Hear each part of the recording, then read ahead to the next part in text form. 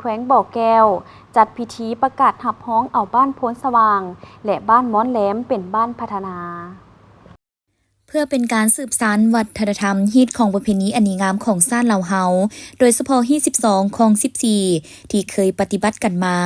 ดังนั้นแขวงเสียงขวางจึงได้จัดงานบุญประเพณีเข้าไก่น้อยประจำปี2025ขึ้น โดยภายใต้การเป็นประธานและกล่าวเปิดของทานศรีวิไลแสงเจริญห้องเจ้าแขวงเสียงขวางหัวหน้าคณะซี่นำจัดงานบุญเข้าไก่น้อยคันแขวงมีบรรดาภาคส่วนที่เกี่ยวข้องและมวลชนเข้าร่วมภายในงานได้มีหลากหลายกิจกรรมในนี้มีกองเข้าจำลอง3กองและรูปภาพแหล่งท่องเที่ยวต่างๆมีเวทีสนทนาเทคนิควิชาการด้านกสิกรรมหัตถกรรม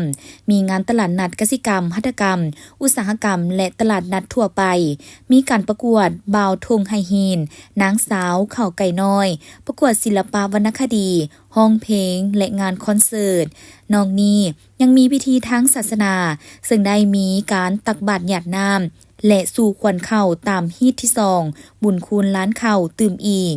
จุดประสงค์ก็เพื่อส่งเสริมการปลูกและผลิตข้าวไก่น้อยที่หอมหวนแซ่บดึงดูดเอานักท่องเที่ยวทั้งภายในและต่างประเทศให้นับมือหลายขึ้นเพื่อนำเงินตาเข้าประเทศก็คือแขวงเสียงขวางกระจายรายได้โดยกงให้ผู้ประกอบการธุรกิจเส้นการขนส่งเฮือนพักโรงแรมห้านอาหารห้านกินดื่มห้านบันเทิงการบริการนำเที่ยวและผู้ประกอบการอื่นๆเป็นการสร้างวิเหตุงานทำสร้างรายรับให้แก่ประชาชนสุขอยู่ส่งเสริมการผลิตกสิกรรมอุตสาหกรรมให้กลายเป็นสินค้า